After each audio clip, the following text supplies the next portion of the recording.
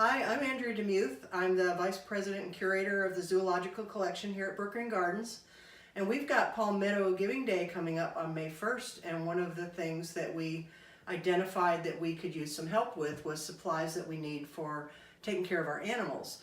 And one of them specifically was crates, animal crates. Most of you that have pets, you may have a crate or you may not have a crate, but a crate comes in really handy when we need to contain an animal for either shipping or in the most recent case when we had the hurricane come through here, we had to go through and find and see as many crates that we had that were operational and safe that we possibly could move some of our more vulnerable birds into and put them in a building for the hurricane. So there's many different sizes of crates that we can use, many different strengths. You've all heard about how our otters need a very, very strong crate.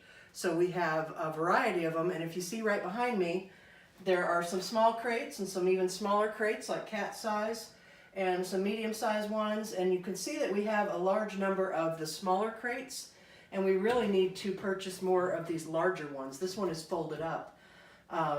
We use them a lot to ship animals from one zoo to another, and one thing that sometimes happens is we will ship an animal in our crate to a zoo, and then the zoo will return the crate to us, and no matter how we seem to pack them, they end up getting cracked and damaged.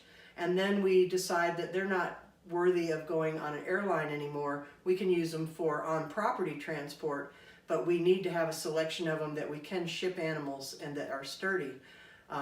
This is a really heavy-duty one right here that we bought to try out for our otters, and then we did the GoFundMe campaign and got the nice big steel crate that has worked very well for otters, because otters are known for chewing through plastic like this or wood crates, and so we have to make sure that we have them safe and contained so that the airport doesn't have to chase them down in the cargo area. This is an example of one that was recently used for shipping, and there are all kinds of guidelines that we have to follow. There is an organization called IATA, which I don't exactly know what it all stands for, but it has to do with transportation and how animals are safely transported.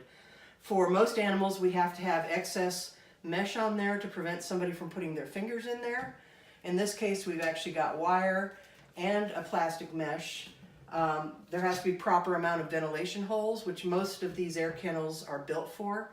They have to be very sturdy, and sometimes when you buy them in a pet store, they don't have the sturdiest clamps on them, so we sometimes sub them out and change them out for screws and bolts and add extra stuff. This one you can see we've got hardware cloth on the front.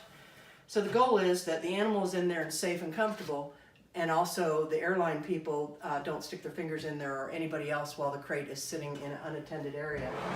And you see there's stickers all over it. So this is one that has been recently used for shipping. I believe this was for 2 skunks that we got in. So there was plenty of room, and then we put bedding in them.